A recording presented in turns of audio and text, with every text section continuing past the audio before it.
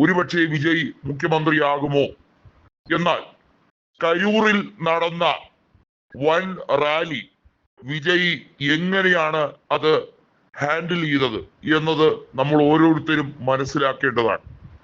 Cinema നടനായ Vijay ചില mass ഡയലോഗുകൾ പറഞ്ഞ് ജനങ്ങളെ കയ്യിലെടുക്കാം എന്ന് വിചാരിച്ചെങ്കിൽ ഒരു സങ്കീർണമായ പ്രശ്നം വന്നാൽ അതിനെ നേരിടാൻ കഴിയാതെ ഒളിച്ചോടുന്ന ഒരു വിജയിയാണ് ജനങ്ങൾ കണ്ടത്.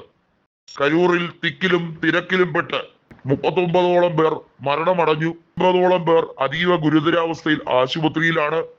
ഈ സാഹചര്യത്തിൽ നടനായ വിജയ് കരൂരിൽ നിന്നും നേരെ ചെന്നൈയിലേക്ക് സ്ഥലം വിടുന്ന കാഴ്ചയാണ് കണ്ടത്. അവിടെ കോർഡിനേറ്റ് ചെയ്യാനോ ഈ വിഷയത്തിൽ അവിടെ രക്ഷാപ്രവർത്തനം നടത്താനോ ഒന്നും വിജയ് തുനിഞ്ഞില്ല എന്നത് ഏവരെയും അത്ഭുതപ്പെടുത്തുകയാണ്.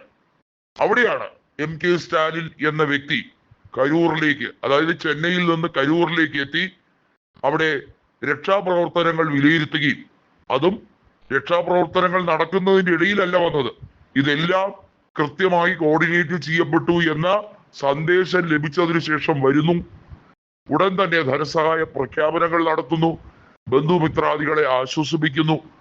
എന്നാൽ സിനിമാ നടനായ വിജയ് പരിവേഷത്തിന് വേണ്ടി, ഫെയിമിനും വേണ്ടി കാട്ടിക്കൂട്ടിയ കോപ്രായത്തരങ്ങൾ എന്തുമാത്രമാണ്. തമിഴ് ജനതയെ മുഴുവൻ വഞ്ചിച്ചിരിക്കുകയാണ്. അവർ വിജയോട് കാണിച്ച സ്നേഹവും ആദരവുമാണ് ആ കണ്ട ജനക്കൂട്ടം. എന്നാൽ അവർക്കൊരു പ്രശ്നം പറ്റിയപ്പോൾ ഒരു രീതിയിലും അതിൽ ഇടപെടാതെ സ്വന്തം തടി രക്ഷിക്കാൻ നോക്കിയ വിജയിയെ ജനങ്ങൾ ഇപ്പോൾ പുച്ഛിക്കുകയാണ്. സോഷ്യൽ മീഡിയയിൽ നിരവധിയായ കമന്റുകൾ ഉയർന്നു വരികയാണ്.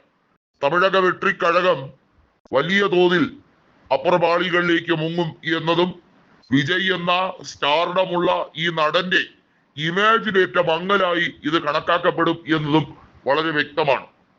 അതായത് ദളപതി എന്നും പറഞ്ഞ് ആളുകളെ വലിയ തോതിൽ ഹർഷാരവം കൊള്ളിച്ചുകൊണ്ട് ഒരു വട്ടി മുടിവ് പണ്ഡിറ്റനായൻ പേച്ചനാനെ കേക്കമാട്ടെ എന്ന് പള്ളി മറിക്കുന്ന വിജയിയെ ജനങ്ങളിപ്പോൾ ആകപ്പാടെ എന്ത് വിശ്വസിക്കണം എന്നറിയാതെ അന്തം വിട്ട് നിൽക്കുമ്പോൾ, വിജയ് ആകട്ടെ മരിച്ചവരുടെ കുടുംബങ്ങൾക്ക് ഞാൻ 20 ലക്ഷം രൂപ ധനസഹായം പ്രഖ്യാപിക്കുമെന്നൊക്കെ പറഞ്ഞുകൊണ്ട്, എന്റെ ഹൃദയം വേദനിക്കുകയാണ് എന്നൊക്കെ പറഞ്ഞുകൊണ്ട് ചെന്നൈയിൽ പോയിരുന്ന് സുഖമായിരുന്ന് TV-യിൽ കണ്ടുകൊണ്ടിരിക്കുകയാണ് താൻ സംഘടിപ്പിച്ച റാലിയിൽ ഉണ്ടായ ദുരന്തത്തെ സംബന്ധിച്ച്. അവിടെ നേരിട്ട് വിശദീകരണം നൽകാനോ മാധ്യമങ്ങളോട് കാര്യങ്ങൾ പറയാനോ ഒന്നും വിജയ് തയ്യാറാകുന്നില്ല.